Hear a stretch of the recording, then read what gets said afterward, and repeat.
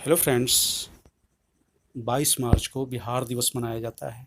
22 मार्च को ही 1912 में India act के द्वारा बिहार और उड़ीसा प्रांत के गठन की अधिसूचना जारी की गई थी।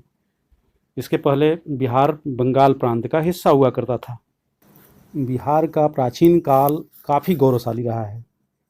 प्रथम गणतंत्र की बात हो या महान राजतंत्र की, बिहार की धरती ने भारत को एक करने में महती भूमिका निभाई है। तो आइए आज हम लोग अपना बिहार की इस कड़ी में बिहार के कुछ राजकीय प्रतीकों के बारे में जानते हैं और उनके महत्व को समझते हैं। साथ ही अगले कुछ वीडियोज में आप लोगों के लिए अपना बिहार शीर्षक से बहुत सारी ऐतिहासिक, भौगोलिक, राजनीतिक आदि सामान्य ज्ञान से संबंधित टॉपिक को लेकर आते रहूँगा। फिलहाल इस वीडियो को देखें। धन्यवाद। बिहार का राजकीय चिन्ह बोधि वृक्ष है। 2 स्वास्तिक चिन्हों से घिरा वृक्ष के आधार में एक ईंट पर उर्दू में बिहार लिखा हुआ है। बोधि वृक्ष महात्मा बुद्ध की ज्ञान प्राप्ति से जुड़ा हुआ है। हम जानते हैं कि महात्मा बुद्ध को ज्ञान की प्राप्ति बोधगया में हुई थी। बिहार का राजकीय वृक्ष पीपल है। बिहार के मैदानी भागों में इस वृक्ष की बहुतायत है।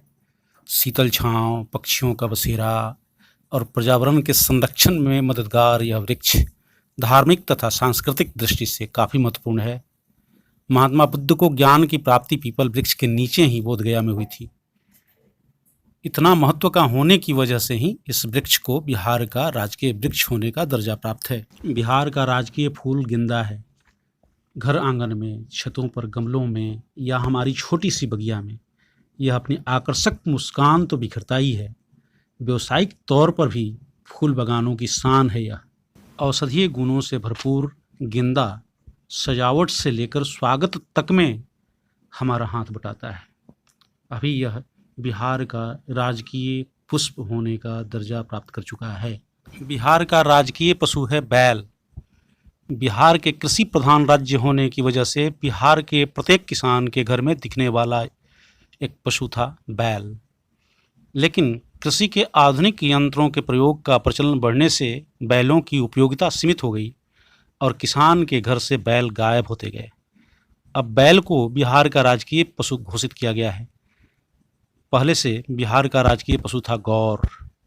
बिहार का राजकीय पक्षी है गौरैया।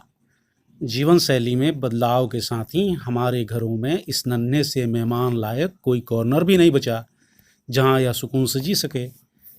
खाने के लिए अनाज के दाने और कीट, रहने और अंडा बच्चा के लिए घर की ताक में कहीं छोटा सा घोंसला, फुदकने के लिए आंगन, यह काफ़ी था इस छोटी सी चिड़िया के लिए। लेकिन अब हमारे कंक्रीट के जंगल में यह अपना बसेरा नहीं बना सकती और लुप्त हो रही है। बिहार सरकार ने देसी मांगुर मछली को राजकीय मछली का दर्जा दिया है। यह बिहार में गंगा नदी, तालाब, आहर, पोखर, पइन आदि में आराम से कम जगह में रह सकती है, वृद्धि कर सकती है। इसकी वृद्धि कम पानी या कीचड़ युक्त जलाशयों में भी हो सकती है। यह कीचड़ युक्त मिट्टी में अपना बसेरा बनाकर रहती है।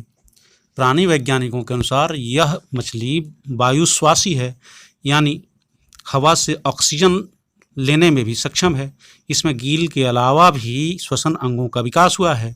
कम वसा, हाई प्रोटीन वाली औषधीय गुणों से भरपूर इस मछली के पालन और संरक्षण के लिए राजकीय मछली होने के बावजूद भी कुछ खास नहीं किया जा रहा है। बिहार की प्रथम राजकीय भाषा हिंदी है और द्वितीय राजभाषा होने का गौरव उर्दू को प्राप्त है। बिहार का अपना राज्यगीत भी है जिसके बोल हैं, मेरे भारत के कंठहार तुझको सत सत वंदन बिहार। इसे बिहार के प्रसिद्ध कवि सत्यनारायण ने लिखा है। वहीं पर बिहार की प्रार्थना गीत भी है जिसके बोल हैं, मेरी रफ्तार पर सूरज की किरणें नाज करें। बिहार के प्रार्थना गीत के रचयिता हैं M.R. चिश्ती।